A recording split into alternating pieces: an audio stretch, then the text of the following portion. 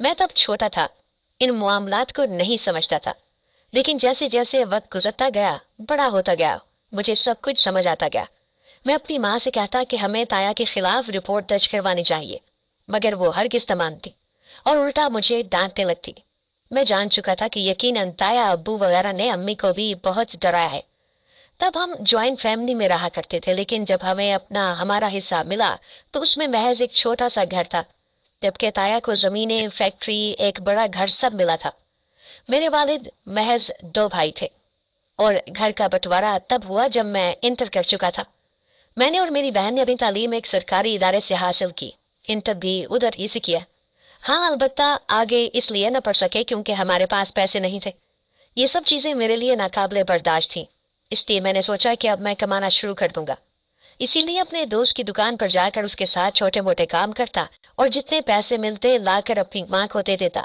ماں کو بھی افسوس تھا اس سب سے، اور وہ مجھے انسسٹ کرتی کہ بیٹا اور پڑھ لو، مگر میں ہمیشہ ٹال دیتا کیونکہ ان کی آنکھوں کا درد میں نے بھی پڑھا تھا۔ مجھے معلوم تھا کہ وہ بہت پریشان ہے بہن کی شادی کو لے کر، اسی لیے میں نے اس وقت بس بہن کے جہیز کے لیے کچھ کرنا چاہا تھا۔ اسی پریشانی میں ایک روز میں تنہا مین روڈ پر چلتا ہوا جا رہا تھا کہ تبھی ایک گاڑی میرے پاس آ کر رک گئی۔ میں نہ سمجھی سے اس گاڑی کی طرف دیکھنے لگا جو کہ سیاہ رنگ کی تھی اور نئی ہی معلوم ہو رہی تھی۔ اتنے میں ایک لڑکی اندر سے نکلی اور میرے پاس آ کر بولی، عمر، تم یہاں اس وقت، کوئی پریشانی ہے؟ یہ لڑکی کوئی اور نہیں بلکہ میرے تایا کی بیٹی تھی۔ میں کافی دیر اسے دیکھتا رہا اور پھر گردن موڑ کر واپس اپنی راہ ہو لیا۔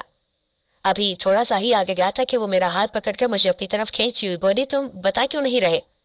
یہ سنتے پہلے تو مجھے لگا کہ یہ بھی اپنے باپ کی طرح ہوگی، کسی مقصد کے تحت ہی آئی ہوگی، لیکن نہیں، یہاں میں غلط ٹھہرا۔ اس نے مجھے گاڑی میں بیٹھنے کا کہا اور جب میں گاڑی میں بیٹھا تو میرے ہاتھ میں اپنا ہاتھ رکھتی بولی، اگر کوئی پریشانی ہے تو مجھ سے شیئر کر سکتے ہو، ہے ممکن ہے کہ میں حل نکال دوں۔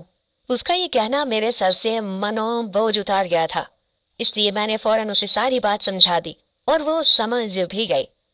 اس نے اس وقت تو کچھ نہیں کہا اور مجھے میرے گھر اتار کر چلی گئی، مگر اگلے روز وہ ہمارے گھر آئی اور میری بہن اور امی کو اپنے ساتھ لے گئی اور انہیں ساری شاپنگ کروائی، جو جہیز کے لیے درکار تھا وہ سب دلوایا۔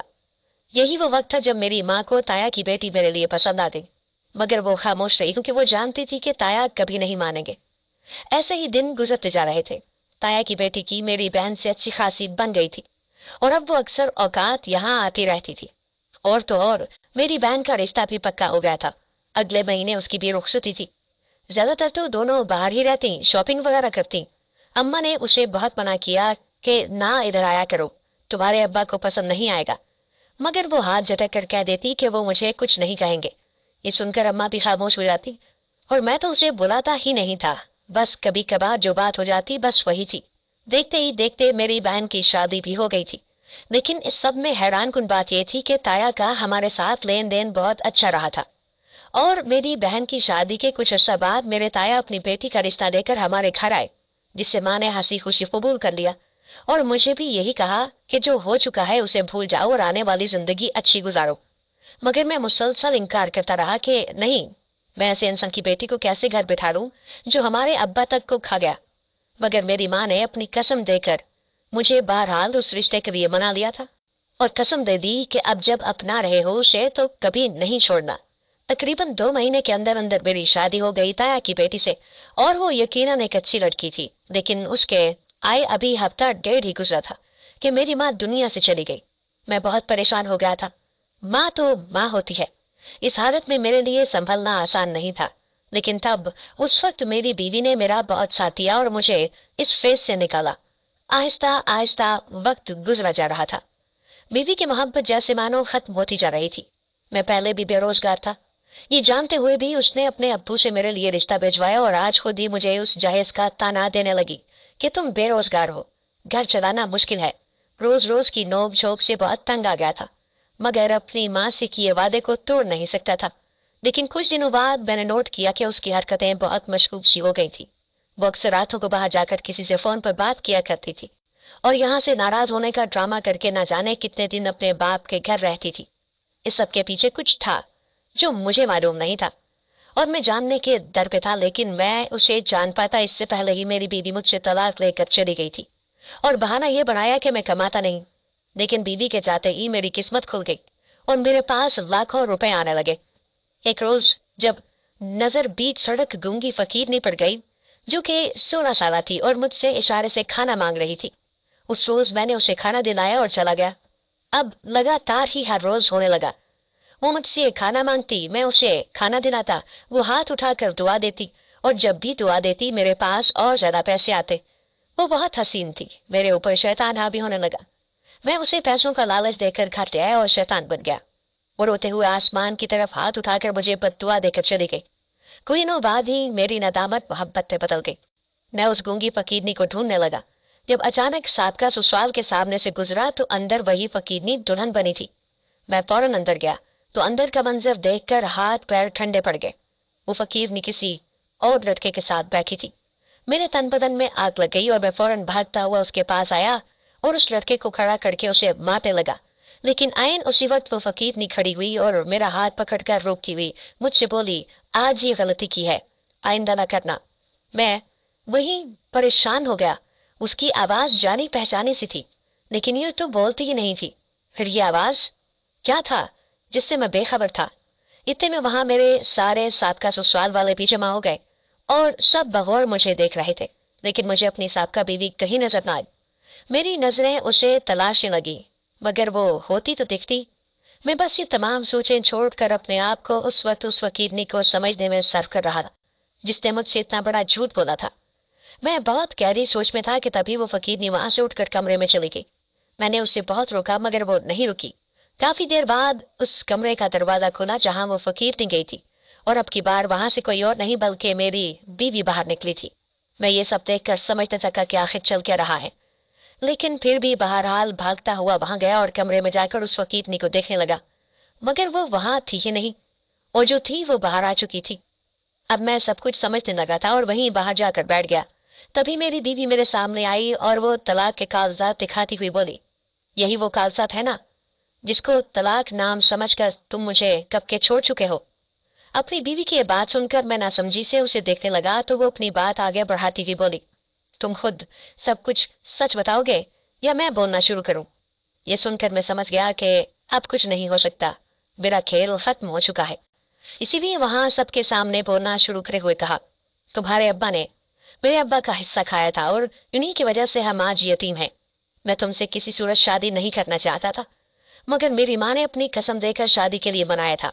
मगर मैंने उसी दिन खुद से वादा कर लिया था कि तुम्हारे साथ ऐसा सलूक रखूंगा कि तुम पछताओगी अपने फैसले पर, और तुम्हें देखकर तुम्हारा बाप भी पछताएगा और तुम्हारे जरिए से अपनी जायदाद भी हासिल कर लूंगा। बस यही सोचकर मैंने तुमसे शादी की और माँ के मर जाने के बाद तुम्हें अपनी असलियत दिखानी शुरू करती।